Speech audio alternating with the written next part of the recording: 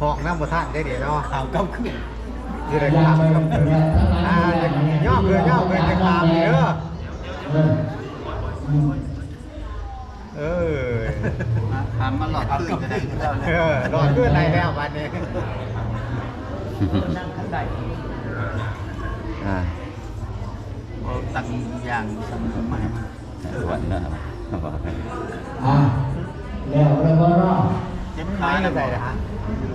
ไม่ใส่ บ้านพระเขา กราบแล้วก็ไปเนาะไปพระ คือว่าวันนั้นจูนรวยพวกเป็นใจเลยใช่ทำไมเพราะว่าเขาเอาตัวประกันฟ้าไปนี่นะเดี๋ยวว่า ก็เนาะ โคเซ่ ว่าความกันเนาะเนาะ ใช่ต้นหรอก มีนาสกาเลนาทาพุทธังอภิปุสยามาอาลังสัมมาสัมพุทโธภะคะวาพุทธังภะคะวันตังอภิวาเทมิอิมินาสกาเลนะตังธัมมังอภิปุสยามาสวากขาโตภะคะวตาธัมโมธัมมังนามัสสามิอิมินาสกาเลนะตังสังฆังอภิปุสยามาสุปฏิปันโนภะคะวะโตสาวกสังโฆสังฆังนามามิ นะโมตัสสะภะคะวะโตอะระหะโตสัมมาสัมพุทธัสสะนะโมตัสสะภะคะวะโตอะระหะโตสัมมาสัมพุทธัสสะนะโมตัสสะภะคะวะโตอะระหะโตสัมมาสัมพุทธัสสะสังฆังคัจฉามิธัมมังสรณังคัจฉามิสังฆังสรณังคัจฉามิวิริยังปิพุทธังสรณังคัจฉามิวิริยังปิธัมมังสรณังคัจฉามิวิริยังปิสังฆังสรณังคัจฉา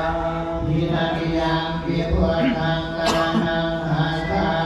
มินันติยังปิธัมมังสรณังคัจฉามินันติยังปิสังฆังสรณังคัจฉามิสัพเพตังเมตตาภูมิกริสาราธาเดจันตาริเกมิมาเนทิเวรเตตะพังเมตะโรนาภามาเนเกนะวัตุมิเกเต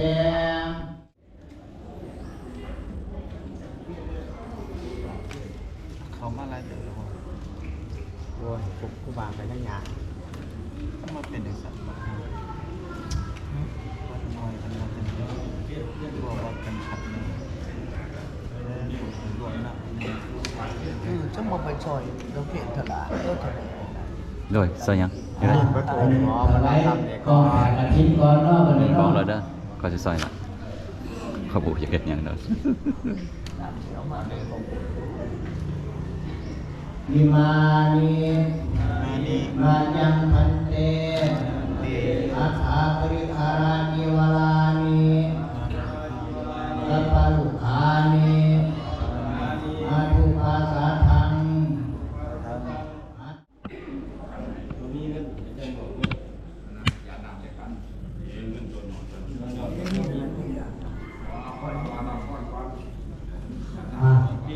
ข้าระวังเราเนาะพุท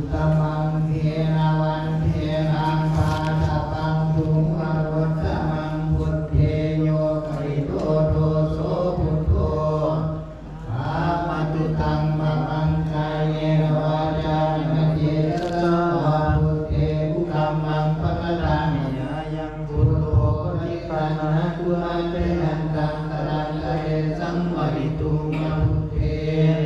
อิตมังเทนาวันเทหังคัมมันตาสุวิธังมาลังธัมเมโยปริโตโตโสธัมโมอามาสุตังมะมันกายเยนวาจานะมะเจตสาบานัมเมอุกัมมังปะกะตังญายังธัมโมปฏิคันหันตุลาจยังตังตรันตะเรสังบริตุมบัดธัมเมอุตมังเทนวันเทนะสัมปัญญาสุวิโสตมังสังเทโยปริโตโตโสธัมโมอามาตุตังมะมันกายเยนวาจานะมะเจตสาบาสังเทวกัมมังตังเมยายาสังโฆปฏิปันนะ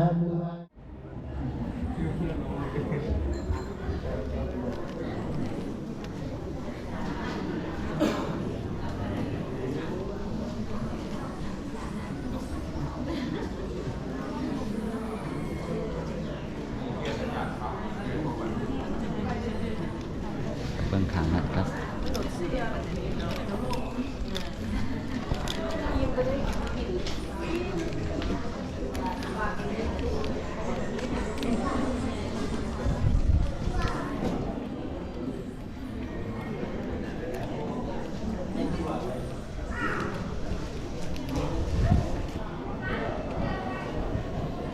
ก็ 2,000 watts each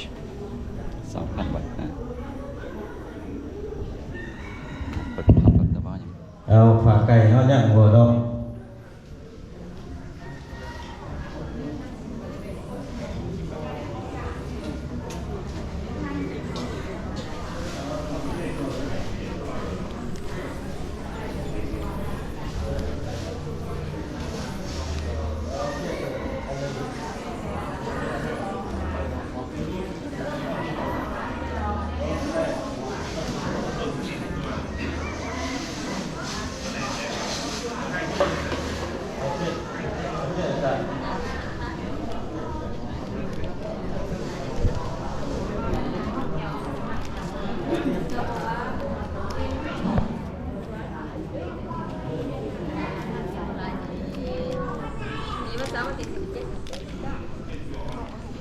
แต่มันจับสลากนะ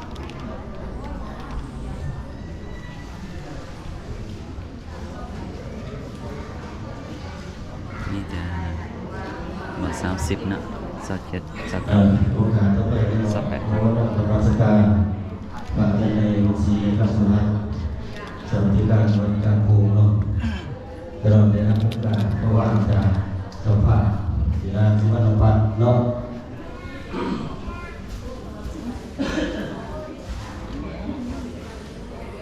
นะโมตัสสะภะคะวะโต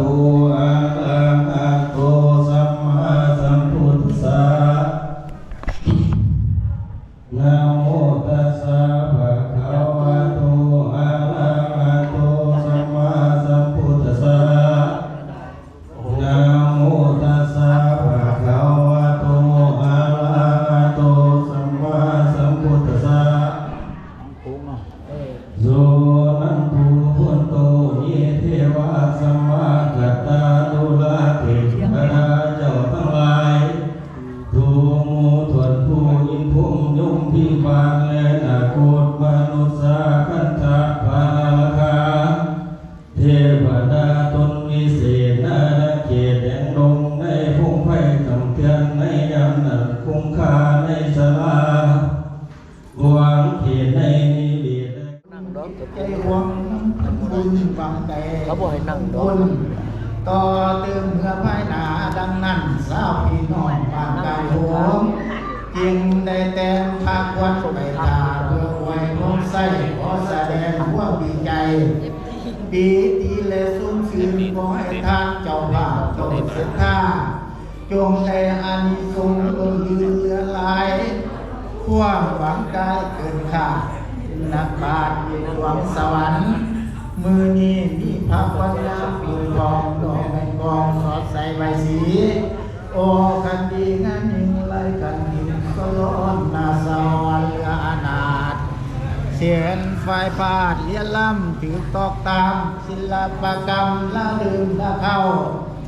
แพทย์ด้วยมือผู้เฒ่าคำพูดดีดอกไม้สีลายสอมหาเป็นกอลายฐานที่สวยสูงผู้ดนดีหมดทุกอย่างมีเครื่องของต่างๆถือต้องตามตำราเพื่อบูชาคุณพระธรรมอันประเสริฐที่เป็นเลิศในพุทธองค์การดังนั้นทุกการจึงขอน้อมนมัสการถึงคุณพระพุทธพระธรรมและพระสงฆ์องค์แก่กาจงได้เสด็จเข้ามาในทางการที่พวกข้าได้ทำพิธีเป็นสักขีในโอกาสให้โอวาทและอวยพรใส่ขอให้พี่น้องเจ้าป่าเจ้าศรัทธาให้ผู้กองแผ่วใจสอใสดังแก้วที่เกียรในผู้มุขานลายขอไว้ใส่ให้พ่ออันประเสริฐอันประสิทธิ์ประสาทพ่อนแก้วอาจดวงดีมือนี้แม่มือสันนี้แม่วันสอบเดือปากกอบแห่งย่ำดีเป็นย่ำใสสีสิบดีมหาโศกกาลโยพร้อมพระเทศาอเนกาสวัสดีมิใส่ครบแล้วบาดนี้ฟุ้งอันน้อยทั้งหลายสุดของแถวทั้งหลายจิตใจสอยซื่นขอยกมือนั่งพ่อนขอยกมือหนกบาขอยกมือปันก่อนใส่เก่าน้อมละเลือกถึงธรรมพระพุทธเจ้าผู้มีเดชะขอให้คุณเทวดาที่รักษาอยู่ทางแปดทิศจงมีอิทธิฤทธิ์ไว้พ้นใส่ให้แก่ยังมีวันพระทีละบนแล้วเท่านั้นแหละและเท่านั้นพลังพ้องครอบครัวผู้เป็นเท่าผู้เป็นเจ้าเป็นเราญาติพี่น้องทั้งหลายจงได้มาหาเอา